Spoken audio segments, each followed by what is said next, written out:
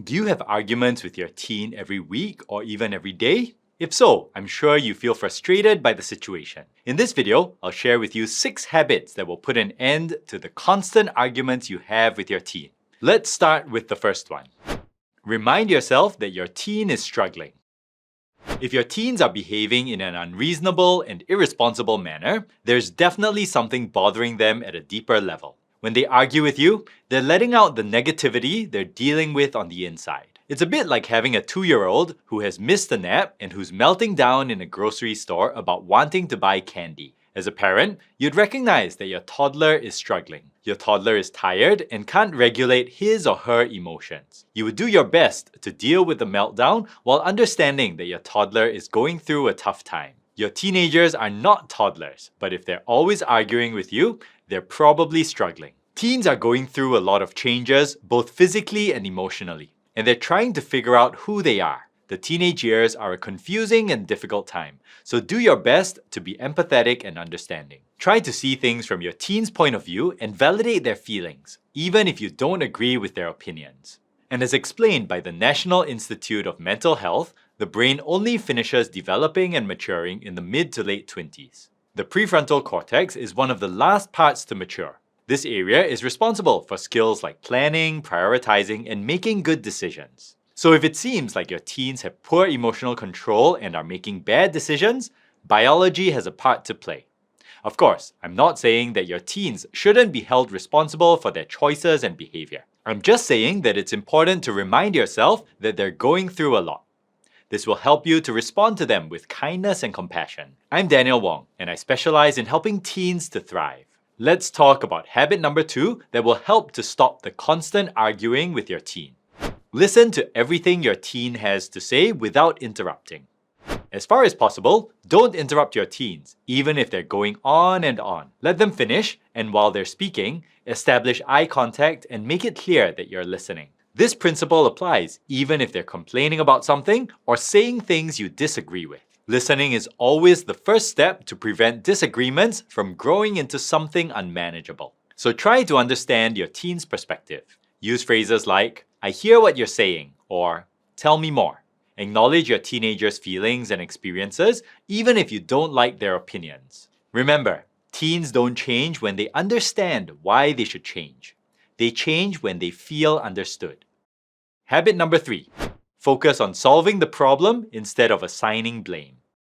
One of the most common sources of conflict between parents and teens is when something goes wrong and both sides start blaming each other. This can lead to anger, resentment, and a breakdown in communication. Instead of focusing on who did what, it's more helpful to focus on solving the problem and moving forward. For example, let's say your teenage son has hardly been doing any studying and got a bad grade on a geography test. You might be tempted to scold him for being lazy and irresponsible. You might accuse him of not caring about his education, but this will only make him feel worse and he'll almost definitely become defensive. A better approach would be to ask him what happened and how he feels about it.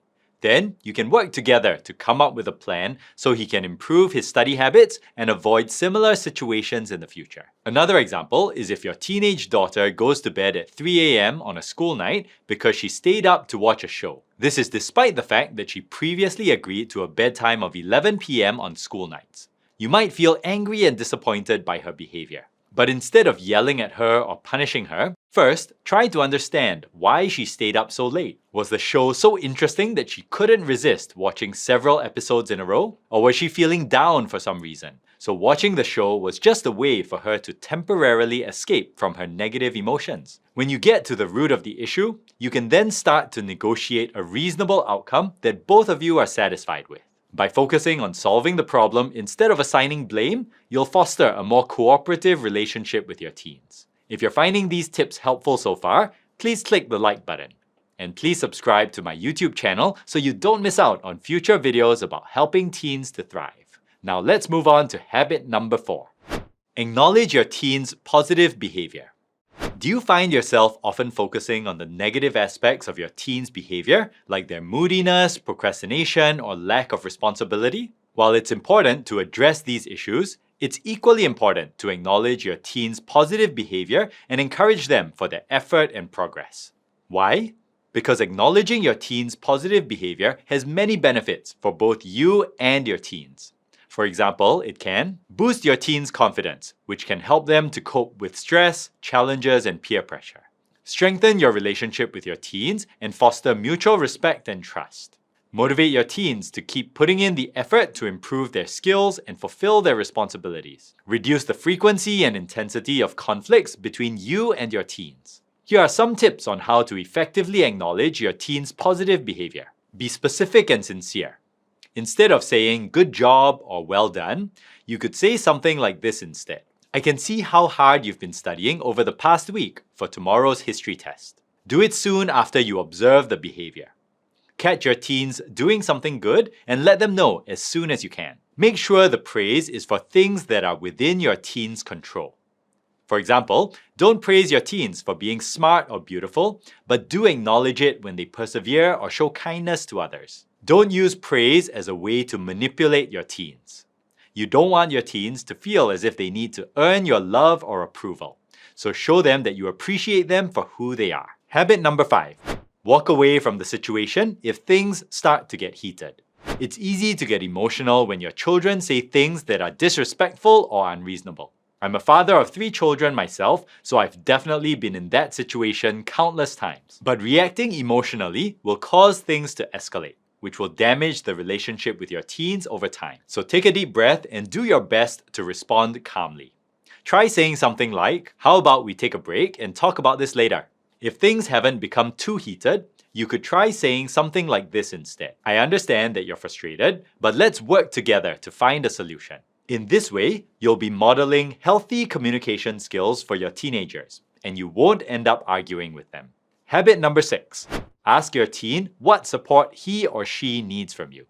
Sometimes, the best way to support your teens is to ask what they need from you. This shows that you care about their feelings and that you respect them. It also helps you avoid making assumptions or giving unwanted advice that might annoy your teens, which in turn can lead to arguments. For example, if your teenage son is struggling with his schoolwork, you might be tempted to tell him that he needs to enroll in a tutoring program. But maybe what he really needs is some encouragement, or maybe he needs some help getting organized. By asking him what support he needs, you can find out the best way to help him overcome the challenge. Another example is if your teenage daughter has just broken up with her boyfriend. You might try to comfort her by sharing your own experiences or by telling her that she'll find someone better in the future.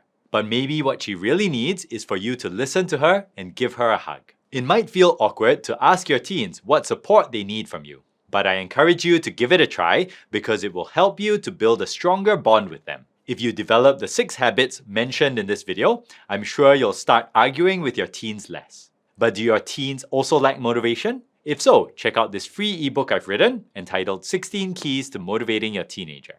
Visit daniel-wong.com/ebook to download the ebook today. Make sure to put all the letters in lowercase. I've also included the download link in the description below. Plus, I've created this other video about how to deal with a disrespectful teenager. I'm sure you'll find this video useful, so watch it next.